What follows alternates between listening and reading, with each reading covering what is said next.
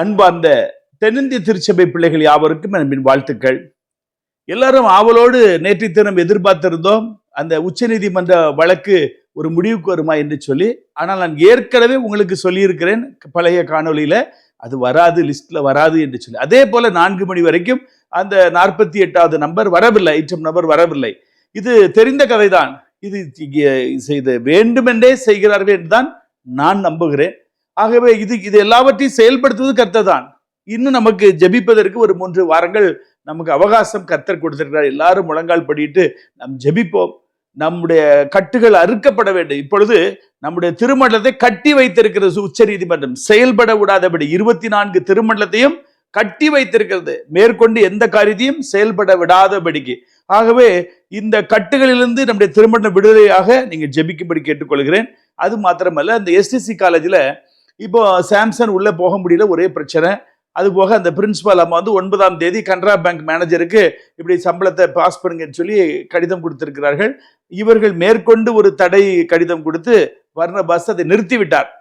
சம்பளத்தை கொடுக்க விடாதபடி நிறுத்தி வைத்திருக்கார். அது கட்டாயம் நீதிமன்றத்தின் மூலம் திரும்பவும் அதற்கு ஒரு உத்தரவு வரும். அது வரைக்கும் அந்த கல்லூரி பேராசிரியர்கள் மற்றும் அலுவலக பணியாளர்கள் எல்லாரும் கொஞ்சம் பொறுத்து கொள்ள வேண்டும். கஷ்டம்தான். ஆனால் இதே சிச்சுவேஷன்ல 2017ஆம் ஆண்டு நம்ம டிடிடி என்று பிரிந்து இருக்கும் பொழுது இவருக்கு சம்பளம் வராமல், பர்னபாஸ் அவர் கிறிஸ்தாஸ் பிஷப் சைட்ல இருந்தாரு, அவருக்கு சம்பளம் வராமல் 6 மாதங்கள் கஷ்டப்பட்டார். அந்த கஷ்டத்தை அனுபவித்த பிறகும் தான் பெற்ற கஷ்டம் மற்றவங்க பெறக்கூடாது என்கிறது ஒரு மனிதாபிமானம்.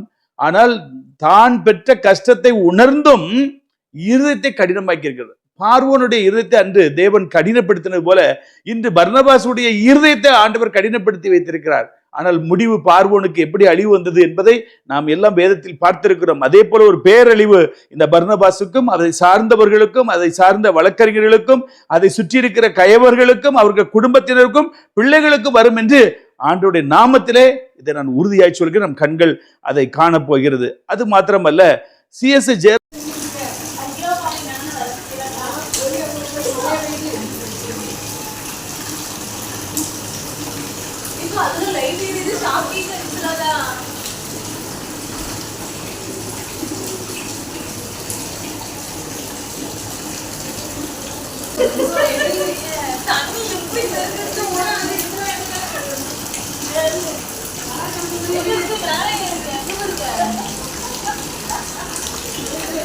அன்னபாக்கியத்துல ஒரு புதுதா பில்டிங் கட்டிருக்காங்க. அதுல புது கேஷ் கவுண்டர்.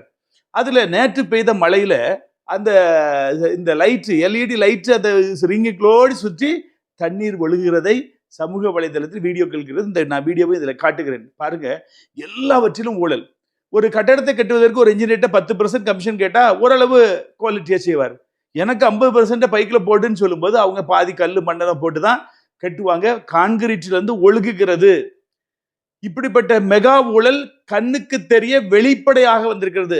அரசாங்க கான்ட்ராக்டுக்காரங்க எவ்வளவோ பரவாயில்ல, மந்திரிகள் ஊழல் செய்கிறார்கள் என்று சொல்றோம், அவர்கள் கூட எவ்வளவோ பரவாயில்ல ஒழுங்கா கட்டிட்டு இருக்காங்க. ஆனா மகா கேடு இந்த பர்னபாசுடைய ஆட்சி காலத்தில் நடந்து கொண்டிருக்கிறது. கர்த்தர் நிச்சயமாக இந்த தவறுகளை செய்தவர்களை தண்டிக்காமல் விடமாட்டார். நிச்சயமாக அதனுடைய என்ஜினியர் மேல நடவடிக்கை எடுக்கப்படும். மேனேஜர், அந்த பெல் ஹாஸ்பிட்டல் மேனேஜர் மேல நடவடிக்கை எடுக்கப்படும். சூப்பரண்ட் மேல. அதே போல எல்லாவற்றுக்கும் தலையா இருக்கிற சேர்மன் யாரு, பர்னபாஸ் மீது நடவடிக்கை எடுக்கப்படும் என்பதை இதன் மூலம் நான் தெரிவித்துக் கொள்கிறேன். அது மாத்திரமல்ல, இந்த மேனேஜ்மெண்ட் கோட்டா வழியாக இந்த யாரு சாம்சனை எஸ்டிசி காலேஜுக்குள்ள உள்ள கொண்டு வருவதற்கு பர்னபாஸ் அடுத்த குறுக்கு வழியை திட்டமிடுறார். எப்படிதான் உட்கார்ந்து திட்டம் போடுவார்களோ தெரியாது. அதாவது கள்ளர்கள் எல்லாம் ராத்திரி ஒன்றாய் சேர்ந்து அடுத்த நாள் என்னென்ன தவறு செய்ய வேண்டும் என்பதை திட்டம் போடுவது போல இந்த பர்னபாஸை சுற்றியுள்ள கயவர்கள், பர்னபாஸ், இது கொள்ளை கூட்ட தலைவன் பர்னபாஸ் எல்லாரும் சேர்ந்து குறுக்கு வழியில ஏதாவது தப்பு செய்ய முடியுமா? இப்ப என்ன பண்றாங்க, மேனேஜ்மெண்ட்டுல நிறைய பணம் சேர்ந்துருக்கு. அதாவது இது செல்ஃப் ஃபைனான்ஸ் மூலம் ஒரு பிள்ளைங்க காலேஜ் சேர்றாங்கன்னா 25,000 ரூபாய் பணம் கட்டுறாங்கன்னா அதுல 15,000 ரூபாய் மேனேஜ்மெண்ட் அக்கௌண்ட்டுக்கு வருகிறதா. இவைகள் எல்லாம் சேர்ந்து பல கோடிகள் வங்கியில இருக்கிறது. இதை ஆட்டை போடுவதற்காக இப்பொழுது என்ன பண்றாங்க, இந்த வழியா வர முடியல, அடுத்து என்ன மேனேஜ்மெண்ட் வழியா செயலாளரை போடலாமா என்று திட்டம் போட்டுக் கொண்டிருக்கிறார்கள். இந்த திட்டத்தை செயல்படுத்தக்கூடாது என்று வன்மையாக கண்டிக்கிறோம். இதை செயல்படுத்துவதற்கு யாரு நம்ம ஆறுதல் சதானந்தம் தலையிட்டார் என்றால் அவரை நீதிமன்றத்தில் முன்பாக நிற்க வைப்போம். ஏனென்றால் உச்சநீதிமன்றம் எந்த ஒரு புதிய திட்டத்தையும் செயல்படுத்தக்கூடாது என்று தடை உத்தரவு கொடுத்திருக்கிறது. அதையும் மீறி இந்த பர்னபாஸ் செய்தால் அதற்கு உறுதுணையாக இந்த அட்மினிஸ்ட்ரேட்டிவ் செக்ரட்டரி இருந்தால் நிச்சயமாக நீதிமன்றத்தின் முன்பாக அவர் கை கட்டி நிற்க வைப்போம். அதற்கு தக்க தண்டனையை பெற்றுத் தருவோம். ஆகவே இந்த ஊழல்கள் எல்லாம் ஒழிப்பதற்கு, ஒரு மாற்றத்தை உண்டுபடுவதற்கு ஆன்மீக அணிகள் நீங்கள் எல்லாரும் பயணிக்க அன்போடு நான் கேட்டுக்கொள்கிறேன். இதுவரைக்கும் நடந்ததெல்லாம் பார்த்துக்கிட்டே இருக்கிறோம், சலிச்சு போச்சு. என்கிட்ட எல்லாரும் ஆயர்மார்கள் பேசி கொண்டு இருக்கிறீங்க, உபதேசியர் பேசுறாங்க, ஒவ்வொரு டிசி எக்ஸிக்யூட்டிவ் மெம்பர்ஸ்ல என்கிட்ட கான்டாக்ட்ல இருக்கீங்க. நிச்சயமா நீங்க எல்லாரும் எதிர்பார்க்கமே ஒரு புனிதமான ஒரு மாற்றத்தை நம் கொண்டு வர கர்த்தர் என்னை ஏற்படுத்தியிருக்க. இல்லை என்றால் நான் இங்கு இப்படி கூச்சலிட்டு கொண்டிருக்க தேவையில்லை. சிலர் நினைக்கிறார்கள் நான் டிஎஸ்க்கு சாதகமாய் பேசுகிறேன் என்று என்னோடு கூட அப்படிலாம் இல்லை. எனக்கு கல்லூரியிலிருந்து கால் வருகிறது, எங்களுக்காக ஒரு குரல் கொடுங்க என்று.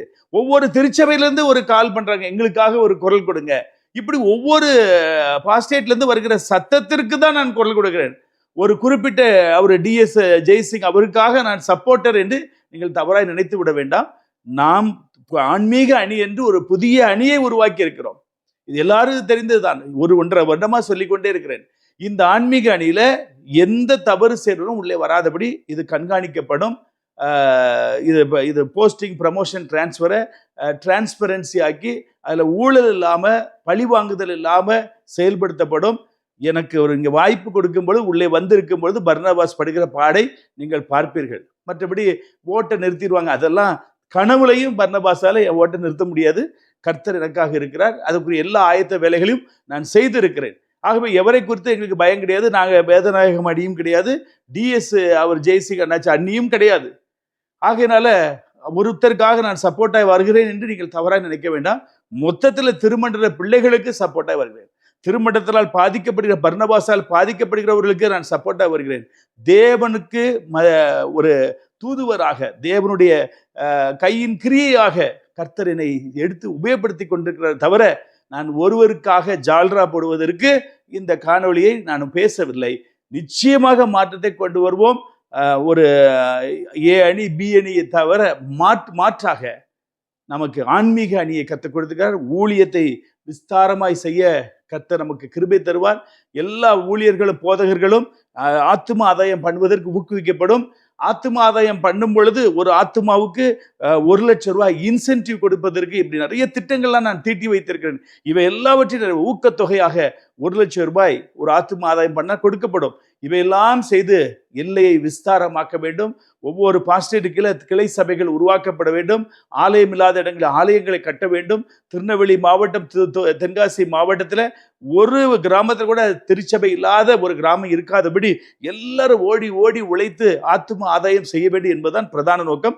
ஊழலை அறவே இல்லாமல் கொண்டு வருவதற்காக நான் செயல்படுகிறேன். அதே போல ஏற்கனவே சொல்றேன், ஒரு மந்திரி கோட்டா போல ஒரு மந்திரிக்கு ஒரு சீட்டு என்பது ஒருவேளை இந்த மேனேஜ்மெண்ட்ல யாரு தலையிடுறாங்களோ அவர்களுக்கு ஒரு கோட்டா தான், அதுக்கு மேல அது 10% மேல அதையும் கொடுக்கக்கூடாது என்று எல்லாரும் சொல்ல. நீங்க எல்லாமே ஸ்ட்ரிக்டா தான் யார் உங்க கூட வருவாங்க என்று சொல்கிறார்கள். ஆகவே இதற்காக திருமணத்துக்காக பாடுபடுகிறவர்களுக்கு வேணா ஒரு 10% ஒதுக்கலாம் என்று தீர்மானிக்கப்பட்டிருக்கிறது. 90% டிரான்ஸ்பரன்சியா தான் இருக்கும். அந்த 10%ம் பணம் வாங்கி கொடுக்கக்கூடாது. அது இந்த உழைக்கிறவங்க, பாடுபடுறவங்க, திருமணத்தை மீட்டெடுக்கிறவங்க அவங்க குடும்பத்தில் உள்ள பிள்ளைகளுக்கோ மருமகளுக்கோ வேணா சப்போர்ட் பண்ணலாம். மறுபடியும் பணம் சம்பாதிப்பதற்காக இங்கு எதையுமே செய்ய மாட்டோம்.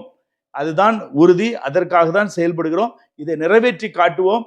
அது வரைக்கும் கர்த்தருடைய பாதத்துல நான் காத்திருக்கிறேன். நிச்சயமாக முடிவு வரும். எல்லாரும் நம்ம கர்த்தரோட நம்ம ஜெபம் செய்வோம். அது மாத்திரமல்ல, இந்த மாதிரி இருதய கடினமுள்ள பர்னபாஸை சந்திப்பதற்கு கர்த்தர் என்னை ஏற்படுத்தி வைத்திருக்கிறார். அதற்காக தான் அவர் மூலமாகவே திருமணத்துக்குள்ள உள்ள நுழைந்து இந்த பிரச்சனைக்குள் நுழைய வைத்து இன்றைக்கு அவருக்கே ஒரு பிரச்சனையை அவரை திருத்துவதற்கு என்னை போராயுதமாய் கர்த்தர் எடுத்து உபயோகப்படுத்துகிறார். நம்ம எல்லாரும் ஒன்றுபடுவோம். எல்லா பாஸ்டேட்டில் உள்ளவங்களும் என்னோடு கூட நீங்கள் தொடர்பு கொள்ளுங்க. என்னுடைய விலாசம் கொடுக்கப்பட்டிருக்கிறது. என்னை பார்க்க வேண்டும் என்றால் முன்கூட்டியே எனக்கு அலைபேசியில் பேசுங்கள். நீங்கள் அலைபேசியின் வழியாக பேசுகிறதை ஒரு நபருக்கும் ஒரு காலமும் நான் வெளிப்படுத்தவே மாட்டேன். இதுவரைக்கும் என்னிடம் ஏராளமானவர் பேசிக்கொண்டிருக்கிறீர்கள். அதை வெளிப்படுத்தவில்லை. இனியும் ஒரு காலமும் அதை வெளிப்படுத்த மாட்டேன். தொடர்ந்து நாம் பயணிப்போம். மீண்டும் நல்ல செய்தியோடு உங்களை சந்திக்கும் வரை தேவ கிருபை உங்களோடு இருப்பதாக. God bless you.